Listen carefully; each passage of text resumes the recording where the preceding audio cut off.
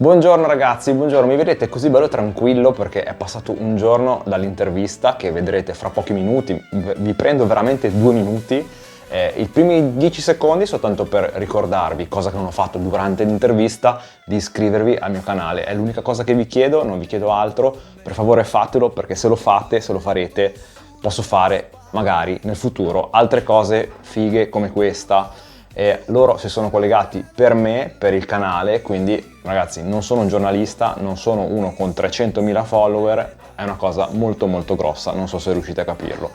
La seconda cosa è che vi lascerò 10 secondi di clip alla fine e vedrete che avrò una faccia strana, sembra che sto sorridendo, in realtà ero incavolato e incredulo per quello che è accaduto. Allora, immaginatevi la scena. Nei giorni precedenti faccio prova con Teams con mio fratello per registrare lo schermo, catturare, vedere che sia tutto ok, 4K, eccetera. Mi preparo, ho una camera davanti a me, ne ho una dietro che riprende lo schermo nel caso tutto andasse storto, ne ho una davanti per riprendere le mie domande, un microfono a clip su di me, lo stesso che ho adesso, un microfono sopra al computer, quindi era tutto ridondato per essere completamente blindato, sicuro, e in più la registrazione a video. Iniziamo a chiacchierare prima dell'intervista, parliamo e io cosa faccio? Faccio partire, schiaccio, avvia registrazione, convinto di averlo fatto. In realtà non ho fatto niente. Alla fine del video mi rendo conto che non ho registrato niente, quindi qua devo ringraziare ancora una volta Edoardo, perché loro invece sì, che non erano agitati, hanno registrato e quindi mi hanno mandato la clip. Vedrete la faccia che avrò alla fine e capirete come potevo essere arrabbiato in quel momento. Ma adesso vi ho rubato già troppo tempo, allora Multistrada V2, facciamo un po' di domande a loro, anche qualcosa su Multistrada V4 e un pochino anche domande ovviamente che non mi hanno potuto dare grandi risposte su quello che sarà il futuro della gamma. Vi lascio l'intervista, da Ange è tutto. Ciao! No, parliamo di Multistrada. Ciao, piacere, io sono Angelo. Grazioso del mio. Ti dico come mai siamo qua, non lo so neanche io come mai siamo qua, però io ho un canale molto piccolo su YouTube, Andrea Rossi, lo presento anche, poi lo lascerò parlare te ovviamente, classe 1987, Multistrada è DesertX Product Sponsor, è per questo che sei qui, per parlare poi di Multistrada V2 e se facciamo qualche accenno anche sulla V4. È come tantissimi, come quasi tutte le persone che lavorano in Ducati, prima di tutto un motociclista, e lui è un motociclista vero perché ha partecipato, sono andato un po' a cercare, visto che ho guardato un po' di informazioni su di te, ho visto che hai fatto la Transanatolia, sei arrivato primo di categoria con Multistrada e hai partecipato poi nel 2013 al lancio dell'Hyper in Spagna. Sei entrato in Ducati, poi lo sai, puoi dire io ho trovato solo poche righe, cioè lo sto facendo credo molto molto semplice. Hai partecipato come tester a tutte le varie famiglie del Multistrada. Io ho letto sul tuo profilo, che è molto bella questa frase, che il tuo sogno era, e lo cito dalle tue parole, questa mattina ho preso un caffè al bar interno all'azienda e mi sono emozionato come quel pomeriggio del 2006. E poi hai iniziato a fare i tuoi primi viaggi, perché ho letto che hai fatto India, Laos, Namibia, ma il tuo primo viaggio è stato con un motard all'Elba. E anch'io ho fatto un primo viaggio. Ho fatto anche un primo viaggio in moto con un Kawasaki Z750 proprio all'Elba, a 19-20 anni. Adesso se vuoi dirmi qualcosa tu. Sì, allora, innanzitutto non sapevo di avere tutte queste informazioni in giro nelle varie pagine così dettagliate, però no, mi fa piacere, sì. Tutto corretto, sempre stato un appassionato di moto fin da bambino, ho iniziato col minicross, passione passata da mio babbo e ho avuto poi la fortuna di fare della mia passione il mio lavoro, prima come freelance esterno, però lavorando sulla parte anche di sviluppo della famiglia Multistrada, dal Multistrada 1200 Enduro in poi, per poi entrare da febbraio dell'anno scorso interno all'azienda a tutti gli effetti come product sponsor della famiglia Multistrada DesertX. Mentre in tutti questi anni c'è stato mille avventure, da gare in fuoristrada, a viaggi, a uso quotidiano della moto, quindi diciamo la moto a 360 gradi, quindi cerco di portare la mia esperienza, diciamo, di motociclista in tutti questi ambiti nel mio lavoro per migliorare quelli che sono gli aspetti di moto straordinarie come la multistrada e la Desert X, ecco. Scusami, visto che stavo parlando con lui già prima, l'intervista è partita un po' in realtà dopo, presento anche Edoardo Licciardello, Product Communication Specialist, le persone lo ricordano probabilmente per altri mio peccato motivi. originale. Esatto, per altri motivi. E c'è anche lui con noi. Adesso parliamo un po' della multistrada V2, che io, come vi ho accennato, non so se avete dato un'occhiata al video, l'ho provata veramente molto poco e sarei curioso di sapere, e anche credo gli appassionati, quando avete iniziato a parlare di multistrada V2 questa generazione, siete partiti da un foglio bianco, avete guardato alla V4 oppure avete pensato alla 950 e avete detto come la cambiamo? Cioè, da dove avete preso ispirazione? Allora, partiamo dal presupposto che la multistrada V2 precedente era una moto che ci piaceva molto, una moto molto bilanciata con una scelta delle ruote anteriori da 19, una moto molto equilibrata che infatti è piaciuta molto anche agli appassionati. Dovevamo chiaramente rinnovare la famiglia V2. Nel mentre avevamo sviluppato anche la V4 e chiaramente il know-how generale maturato è cresciuto rispetto a quello della multistrada V2 precedente. Quindi cosa è stato fatto? È stata ridisegnata una moto completamente da un foglio bianco, ma pensando a una moto con una propria identità, chiaramente prendendo tutte quelle conoscenze maturate anche nella multistrada V4, quindi è un'evoluzione continua, no? Tutte quelle cose, quei benefici che avevamo maturato nella conoscenza della multistrada V4, li abbiamo inseriti con una propria identità anche nella multistrada V2. Per esempio penso al telaio monoscocca in alluminio, che è una soluzione che avevamo introdotto anche nella multistrada V4, che è anche sulla multistrada V2, ma chiaramente con geometrie diverse, si ancora un motore completamente diverso e così via. Il telaietto posteriore a traliccio che ci dà la possibilità di avere una parte molto stretta della sella, quindi una calzata stretta per migliorare la facilità del contatto piede al suolo.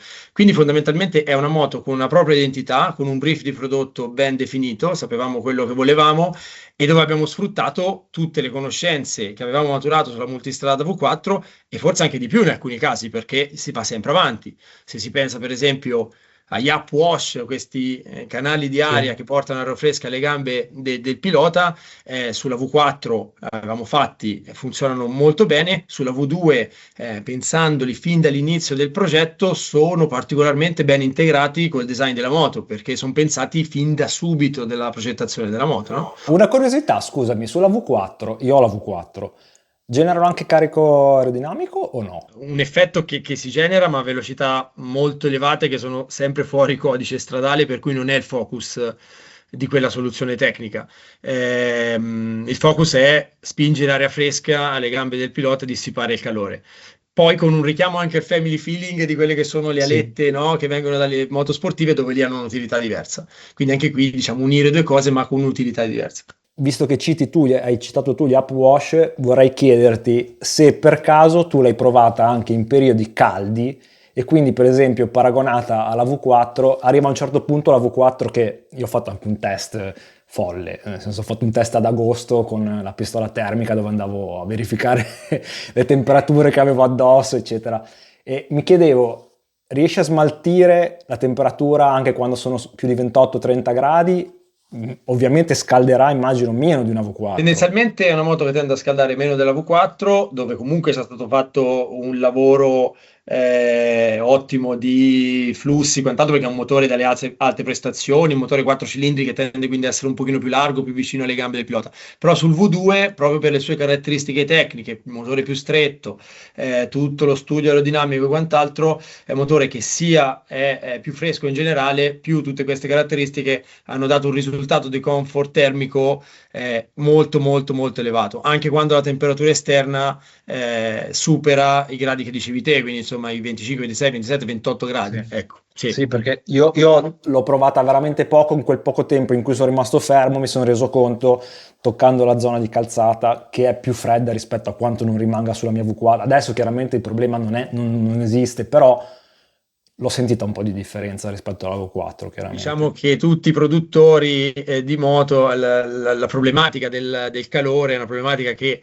aumenta un po' sempre di più, dovuta anche a delle normative anti-inquinamento che tendono a far coprire molto tutti i motori, però diciamo che si fa un lavoro ottimizzato per migliorare tantissimo questa cosa. Per esempio, no, nella tua V4 ora si parla di V2, però nella V4 in tanti non sanno che c'è un canale d'aria che passa da sotto, da vicino alle forcelle, si incanala, va dietro i radiatori e genera un getto d'aria fresca che porta fuori l'aria calda dai radiatori, come un flap di aria, no?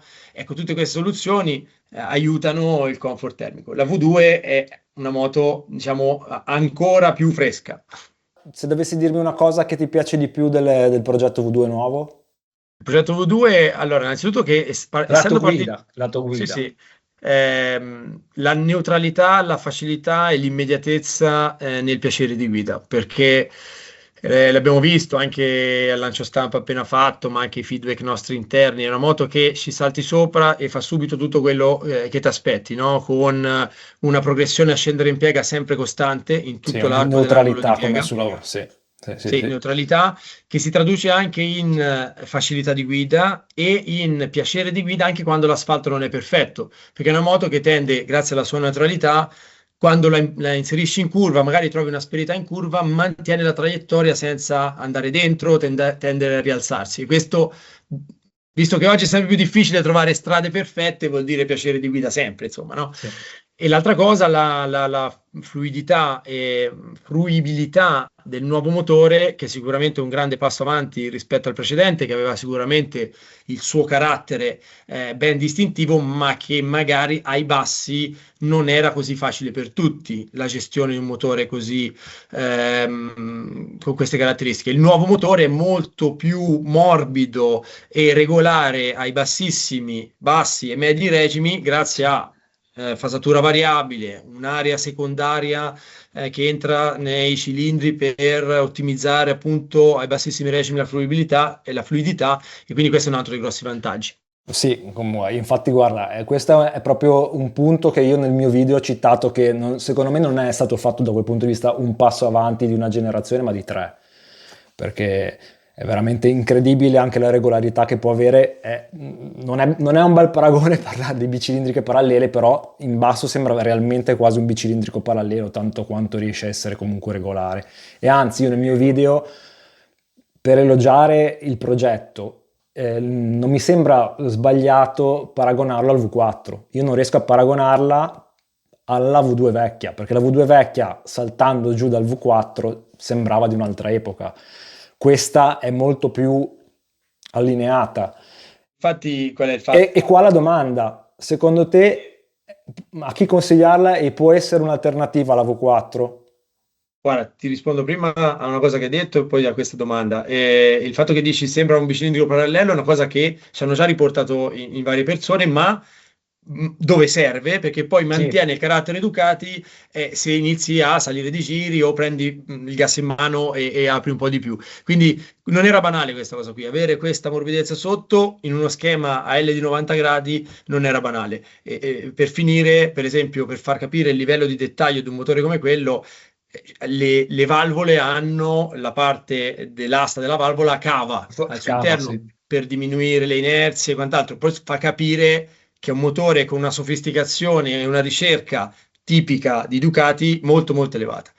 E a chi lo consiglio? Chiaramente, come dici te, le due moto sono tutte e due diventate molto regolari e molto molto facili. È chiaro che la V2 fa della leggerezza uno dei suoi cavalli di battaglia, perché 18 kg rispetto alla precedente versione sono veramente tanti, 18 kg in meno, 199 kg per la base, 202 per la S, quindi chi magari è più impressionato dalla stazza della V4 e preferisce qualcosa di più snello anche per l'uso quotidiano, magari nel traffico, anche se la V4 se la cava benissimo, però la V2 è ancora più snella e piccola. L'altezza sella sicuramente aiuta, perché è regolabile in un range molto vasto da 790 a 870 mm grazie agli accessori, selle ribassate, kit abbassamento sospensioni e quant'altro. Va molto bene, per esempio, anche per un pubblico femminile. Abbiamo avuto, non che la V4 non vada bene, però tornando alle caratteristiche magari fisiche di una persona, abbiamo avuto due giornaliste durante il lancio stampa, entrambe ci hanno detto è una moto che valuterei l'acquisto senza nessun problema. Ci viaggerei con una moto del genere, mi dà tranquillità di E utilizzo. sul muraglione io non l'ho mai fatto, con quale ti diverti di più tu? Ma ti diverti con tutte e due. È chiaro che con una, il V4, quando poi vai a aprire i 170 cavalli, esplodono, pur essendo semplici se invece parzializzi. Il V2 ti dà quella fluidità costante, no, di questi 115 cavalli, per cui magari sono un utente, per cui non voglio la sparata e la frenata un pochino più sportiva, ma voglio raccordare tutte belle le curve e comunque una guida bella sportiva, allora il V2 fa più per te. O comunque preferisco l'erogazione, le caratteristiche di un bicilindrico, anche se ci siamo detti che sono un po' avvicinati, scelgo il V2. Mi piace l'erogazione del V4, prendo il V4.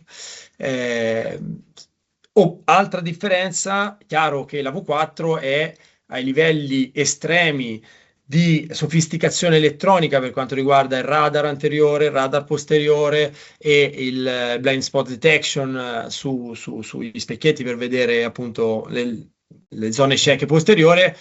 E questa è una caratteristica che ha la V4, che ha un posizionamento anche di prezzo diverso. Quindi se sono una persona che vuole tutte queste feature tecnologiche e quant'altro, allora la V4 forse è la moto più adatta a me. Sono una persona più, in alcuni sensi, guarda alla sostanza delle cose, alla meccanica, alla leggerezza, la moto molto snella, la V2 è una moto più adatta a me. Andrea, sei andato a toccarmi un punto che perché ci sono anche in realtà delle domande che sono anche un po', arrivano un po' anche da quello che è la mia comunità. I radar, quindi parliamo di radar che non ci sono, di un po' di rinunce, cioè è una moto, come dici tu, che per chi bada alla sostanza sicuramente è centrata, e io l'ho detto, è la chiusura del mio video, è stata: questa moto qua vincerà sicuramente le comparative quelle più importanti della persona che ci ha fatto conoscere. Io credo che la vincerà, perché comunque se era già arrivata a livelli alti, 950, questa avrà una strada sicuramente spianata. Però secondo te, e può essere sia un parere in realtà tuo, perché poi questa, come dicevamo prima all'inizio, sono condivisioni, scelte condivise aziendali, quindi uno può pensarla magari più in un modo, una filosofia più in un altro.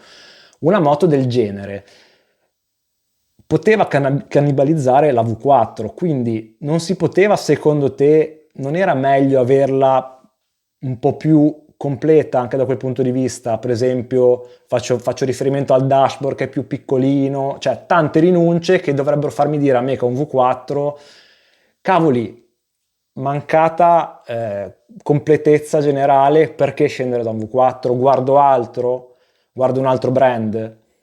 Non era meglio forse farsi la guerra in casa? Invece te la rigiro un po' al contrario, nel senso, anzi, se avevano le stesse caratteristiche, lì veniva il problema della scelta di una moto o dell'altra, perché due moto con le stesse caratteristiche, con motori, cioè, meglio, con le stesse allestimenti, Sì. avrebbero avuto anche un posizionamento di prezzo molto simile, se non uguale, perché sono le componenti che poi portano ad avere un determinato prezzo rispetto a un altro. È proprio stato cercato di avere una moto anche con un posizionamento leggermente diverso per una clientela leggermente diversa. Noi guardiamo un mercato globale, chiaramente, per cui ci sono persone che di alcune caratteristiche tecniche non interessa magari avere il radar o non interessa avere altre componenti, mentre altri sì. Quindi, chiaro, dobbiamo avere una gamma molto ben frammentata in modo tale che ognuno trova la moto più adatta a sé. Possono essere anche età diverse, per esempio, no? Perché magari una persona un po' più giovane ha una disponibilità economica leggermente diversa e ha delle caratteristiche nella moto più adatte a lui. una persona di un'età più avanzata magari anche potenzialmente disponibilità economiche diverse, magari la V4 per lui è quello che è più adatto a lui. Quindi anzi è stato cercato proprio di diversificare i due modelli per dare un po' a tutti la moto adatta alle proprie esigenze, ecco. Come è diversa per esempio la Desert X, no? È chiaro che nella Desert X non abbiamo il radar, non abbiamo il plexi che si alza e abbassa, ora lì si esce fuori tema, però perché? Perché deve essere una moto che ha delle determinate caratteristiche per un determinato tipo di cliente che vuole quelle cose lì. Senti, gli accessori Touring. Ho visto sul configuratore che mi diceva Edoardo, per esempio, che la sella che è denominata Comfort sarebbe la sella alta. In realtà mancherebbe per il passeggero, mancano le riscaldate, sono cose che ci possiamo aspettare, che state studiando? Allora, allora, innanzitutto c'è una serie di pacchetti per personalizzare la moto come uno vuole di nuovo andando verso il tipo di utilizzo che se ne fa. Quindi c'è un pacchetto enduro, un pacchetto urban, un pacchetto touring e un pacchetto sport. Per la prima volta ci sono scarichi termignoni sia full non omologato o solo terminale. Il non omologato sulla V2 non c'era mai stato, per esempio, è la prima volta che c'è. Per quanto riguarda il comfort e i viaggi, che è quello che un po' mi hai chiesto, le selle, come dicevo prima, ce ne sono di alte, di basse e un kit abbassamento sospensioni che porta il range di regolazione da 790 a 870 mm, manopole riscaldate, cavalletto centrale, borse sia in alluminio che in tecnopolimero. Per quanto riguarda le selle riscaldate, attualmente non sono previste, mi verrebbe da dire. Non ho aggiornamenti ora freschissimi su questo, non so Diciamo se che ci state verranno lavorando. implementati dopo. Diciamo che questo è da confermare in futuro. Ok. Non te lo so dire in questo momento, o meglio, non ti voglio dire una cosa che poi Sì, sì, non sì. ho certezza di quello che ti dico. Però da quello che è risultato anche da tutti i test è una moto che è per l'utilizzo touring a tutti i comfort, grazie anche per esempio alla protezione aerodinamica che già di serie è ottima, ma anche lì ci sono dei plexi che possono maggiorare la protezione aerodinamica. Senti, ho visto dei video tuoi in Ducati dove facevi vedere i pistoni, avevi in mano i pistoni del V4, test di affidabilità, parlavi anche per esempio di un'andata e ritorno da Nardò dove avevi provato una sella diversa e ti eri trovato male, l'avevi fatta cambiare. Queste cose, i test gravosi e quindi l'affidabilità della V2, possiamo aspettarci la stessa del V4? Assolutamente sì, e ti spiego anche il perché. Diciamo che, detto proprio sinceramente, no, parlando da motociclisti a motociclisti, Ducati viene da un passato di una percezione non così alta dell'affidabilità, passato non recente, però è normale nella comunità dei motociclisti, no, Io, avere un po' io di. parto da Multistrada 1100S e io di perdite di olio non ho mai avute, per esempio. Perfetto, no, ma io parlo di cose anche antecedenti a quella moto lì, Guarda bene diciamo. il cupolino che spunta da dietro Andrea, capisci? Sì. E quindi come fai a cambiare la percezione degli appassionati su questo tema? Non puoi fare quanto gli altri, ma devi fare meglio degli altri, cioè devi mettere un'attenzione su quello che riguarda l'affidabilità altissima. Io ho partecipato per tanti anni ai test affidabilità della multistrada e ti posso garantire che sono molto, molto, molto gravosi tutti, non solo della multistrada, cioè i piani di test affidabilità sono molto molto gravosi.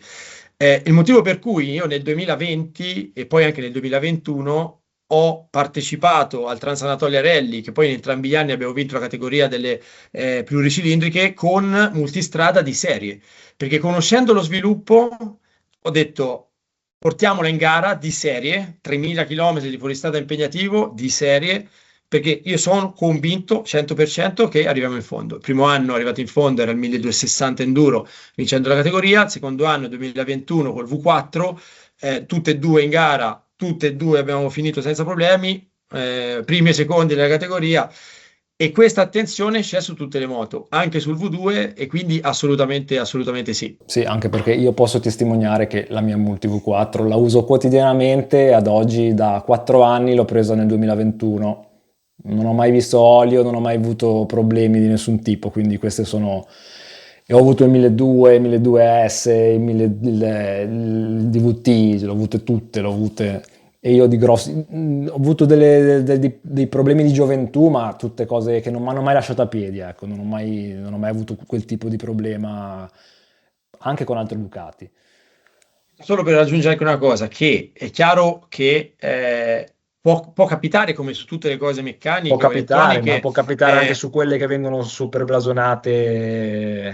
sarebbe non corretto dire che è impossibile che capiti qualcosa, ma l'altro tema è l'affidabilità è portata a livelli massimi possibili. Se capitasse qualcosa, Ducati veramente si è impegnato tanto negli ultimi anni a avere una rete di service che riesca a garantire un certo livello di assistenza e di sicurezza per chi usa le moto, soprattutto moto come la multistrada, che è una moto su cui puoi viaggiare e per cui ti puoi trovare anche lontano da casa con magari una sfiga, no? di qualche tipo, magari che non deriva nemmeno da un guasto alla moto, ma può essere un problema che te, una scivolata, una caduta, quant'altro.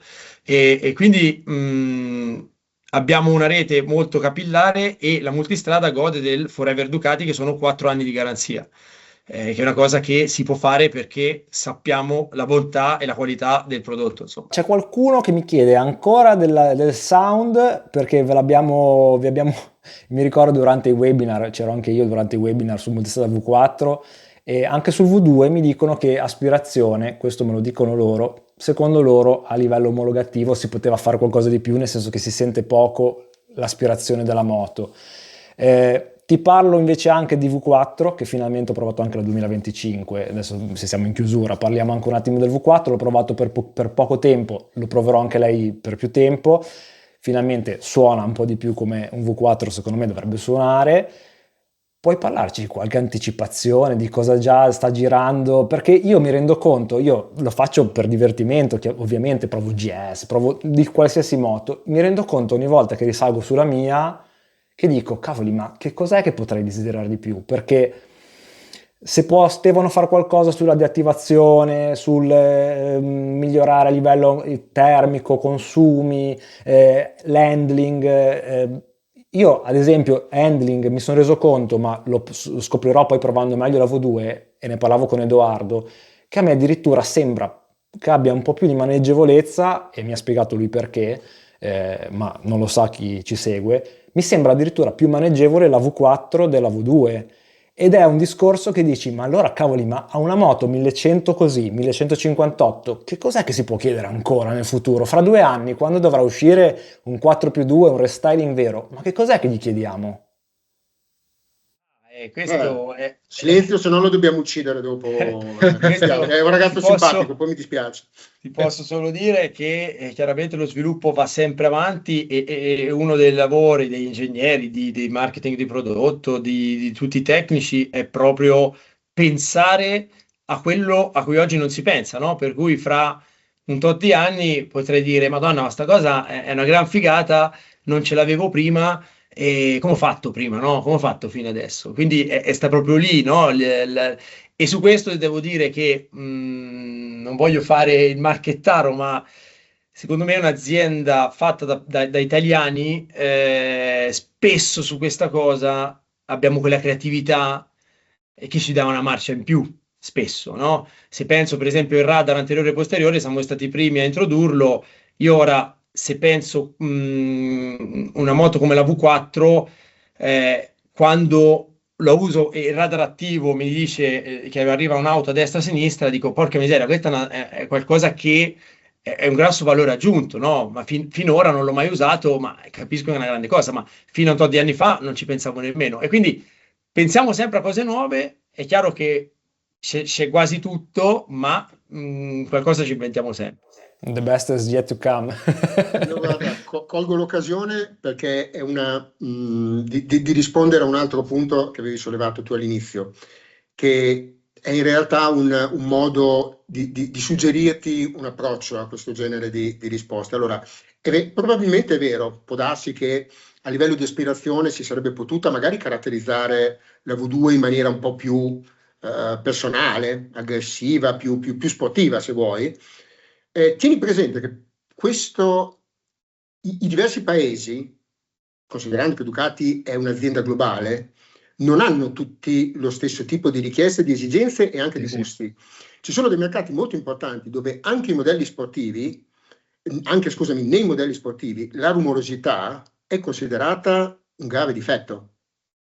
Quindi l'abbattere determinate emissioni sonore, o ottenere comunque, fa parte di quello che viene considerato comfort generale. Cioè se tu parli con qualunque aerodinamico o qualunque sviluppatore di veicolo, ti dirà che uno degli elementi che influisce maggiormente sulla stanchezza che tu accumuli a fine giornata è il rumore. Sì, soprattutto quello aerodinamico, sì. Certamente, quello aerodinamico, per l'amor di Dio, ma tutti i piccoli rumori alla fine vanno a contribuire a creare quella rumorosità generale che tu vai a percepire. Cioè, paradossalmente, se tu guidi una moto elettrica, tu ti rendi conto di quanto tanti rumori vengano coperti dal rumore del motore, dal rumore dalla vibrazione generale, perché la prima volta che tu ci prendi una buca in autostrada senti una sberla che sembra che si spacchi tutto dal rumore che fa. Ed è la stessa sberla che prendi su una moto endotermica, ma tutti quei rumori che vengono generati dal motore ti coprono completamente quel rumore che è fortissimo. Quindi questo ti dà la misura di quale sia la rumorosità che viene generata dal motore e da tutte le componenti che ci stanno attorno. Sì. La V4 è la prima multi, onestamente, sulla quale quando devo fare un viaggio lungo non metto i tappi. Sulle precedenti mettevo i tappi. Quindi c'è tutto uno studio anche a velocità autostradale per avere la rumorosità idonea per non affaticare e che arrivi alla sera in hotel e senti le orecchie che fischiano, che risuonano, no? Mi viene in mente una domanda: come mai, per esempio, mi è venuto in mente adesso, come mai sulle moto, in particolare voi, Ducati, che è comunque Volkswagen, Audi, non ci sono dei sistemi tipo valvola, come ci sono sulle Audi, che schiacci il pulsante e apri la valvola e hai lo scarico un po' più aperto? Non sono mai stati pensati. Dovrei sentire le persone che guardano soprattutto le omologazioni, perché settori diversi hanno anche regolamentazioni diverse e quindi c'è tutto un tema. C'è tutto un tema per cui, per esempio, uno dei rumori per l'omologazione delle moto è omologarle con le gomme tassellate o le gomme lisce, perché se vuoi l'omologazione con le gomme tassellate devi fare i test con le gomme tassellate, perché il rumore della gomma tassellata è superiore del rumore generato dal motore e esci fuori dai decibel, per esempio, no? Quindi, per farti capire che su questa cosa del rumore è abbastanza complicato, è meno banale di quello che si pensa da fuori, no? Magari dici, ma no, io vorrei una moto che fa un bel rumore solo quando sono fermo al semaforo e poi... Però se sei fuori dai parametri omologativi non è permesso farlo, no? Che poi cioè, quando poi arrivi a 7-8 mila giri su marce lunghe, non vi devo dire io che cosa è il V4, per esempio. Sì, mi viene in mente l'unica moto che potrebbe fare qualcosa di simile, mi viene in mente BMW S1000, che in certe mappe ha i borbotti in rilascio che non ha quando sei... È l'unico esempio sulle moto che mi può farmi che però se ci fai caso, anche qui non mi piace parlare della concorrenza, ma non perché, anzi, massimo rispetto per un concorrente come BMW, però se ci fai caso, quegli stessi borbotti che tu attivi con la mappa Pro sui 4 cilindri in linea BMW si sono molto molto ridotti col passare degli anni. Sì, con le varie versioni. Stavo pensando per esempio all'XR 2017. Bravo, da quando è arrivato l'Euro 5 tu quei borbotti allo scarico Sì, non ce l'hai più. Ce l'hai soffocati, non mi ricordo addirittura se non ci sono neanche. Non ci sono praticamente più dall'Euro 5. Sì. Però per tornare al discorso magari che è interessante, che è una cosa che non sempre si sa, è il discorso delle vibrazioni, per esempio, che è sempre legato al comfort di un utilizzo turistico. Le moto vengono tutte strumentate, vengono lette le ampiezze delle vibrazioni che arrivano in ogni punto per capire se sono giuste, se sono sbagliate, se sono quelle vibrazioni, fra virgolette, buone, che non portano affaticamento o quelle a alta frequenza per cui alla lunga portano affaticamento? Se Le tu manopole guardi avete cambiato, le la densità delle manopola. le manovre abbiamo cambiato, ma se guardiamo il dettaglio, per esempio, delle pedane pilota e passeggero, i gommini delle pedane, forse è una cosa che non hai notato nella tua multistrada V4, non Le lo so. tolgo. Ok. Noi ci abbiamo lavorato tanto, però, quindi Lo so. se te guardi le pedane pilota, le pedane passeggero sono diverse. Quelle pilota sono piene, quelle passeggero i gommini sono forati, perché le vibrazioni e le frequenze che arrivano nei due punti, le ampiezze delle frequenze sono diverse, quindi ci vuole gommini diversi per smorzare quella specifica vibrazione. E ne proviamo a centinaia di gommini pedane, no? Quindi spesso magari si guarda quel pezzettino come qualcosa di vabbè, dai, niente di che. No, scegliete un grande lavoro anche su quel piccolo pezzo per avere poi un comfort generale ottimale. Le domande direi che spero che abbiamo esaudito tutti i desideri di chi mi chiedevano alcuni, mi chiedevano sempre dal Clay se si è passati già, ma non si può dire sul gioco valvole, 30.000 km, anche qua c'è un discorso proprio a livello di meccanica, per cui è un po' diverso rispetto a un V4, riuscire ad arrivare a estendere a 60.000.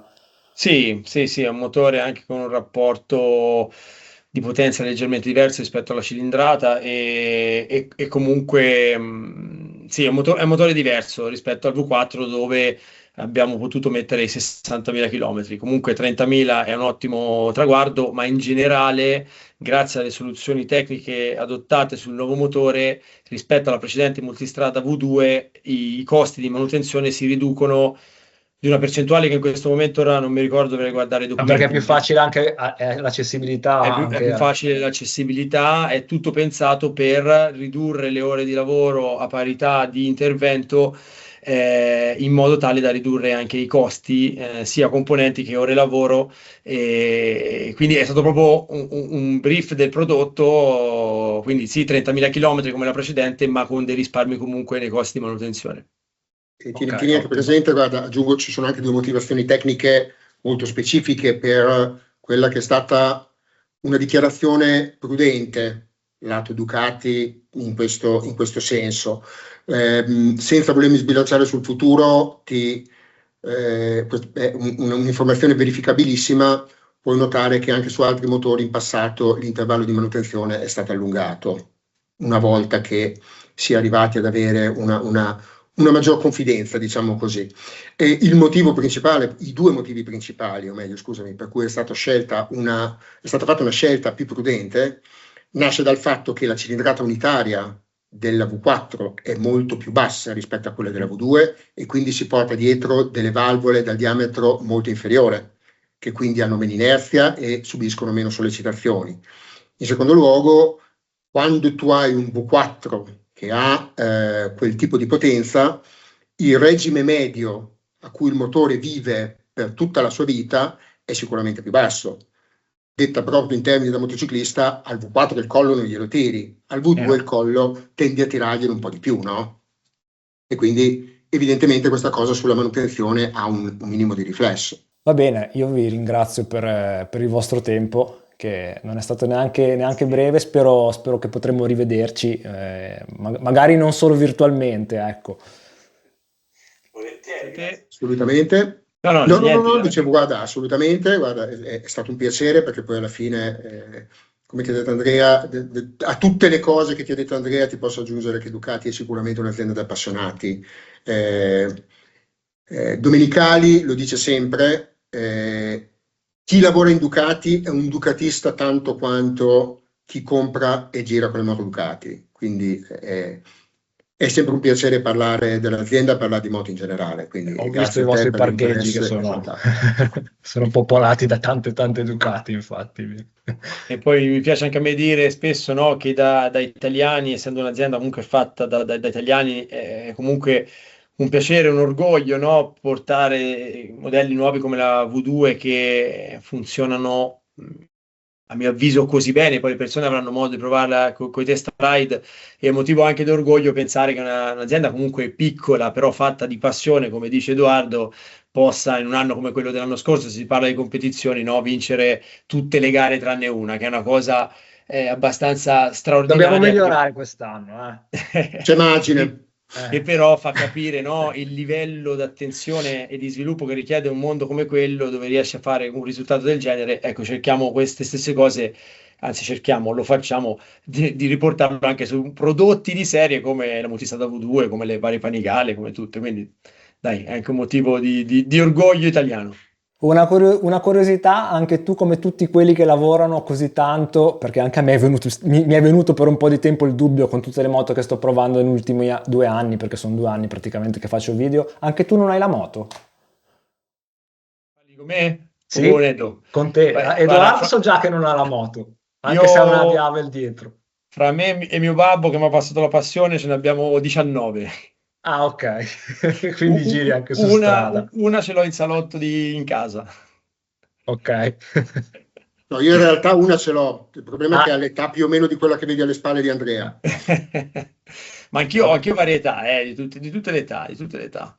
Però Edo ne ha provate tante nella sua, diciamo, nella sua carriera anche precedente, quindi aveva meno bisogno di averle per guidarle. Beh, se devi comprare una moto Ducati oggi? Dipende da che tipo di cliente sei. No, tu. Ah, io? Tu. Domanda difficile perché ce ne vorrebbe almeno 3. No, una, ne puoi comprare una. Io per girare sui miei monti in Liguria comprerei anche un mono, lì per me comprerei anche se 9.8 lo comprerei l'RV. È difficile, andrei io su Multi V2 o su Multi V4, una di queste due per la versatilità globale che mi permette di andare in città, di divertirmi sulle curve, magari con una gomma tassellata al cerchio a raggi, di farci un po' di fuoristrada, quindi io rimarrei una famiglia multistrada. Poi insomma, product sponsor. Tu Edo? Ma uno Street Fighter V4. Ah, ok. Che non sarebbe il primo. Tu vai sullo sportivo, va bene. Va bene, vedremo invece io su cosa poggerò prossimamente, se rimarrò in famiglia V2 o V4. Dai, facci sapere. Ragazzi, è stato un piacere e vi farò sapere quando sarete online, direi prestissimo. Ok? Benissimo, grazie a voi, grazie. Ciao. Non ho visto.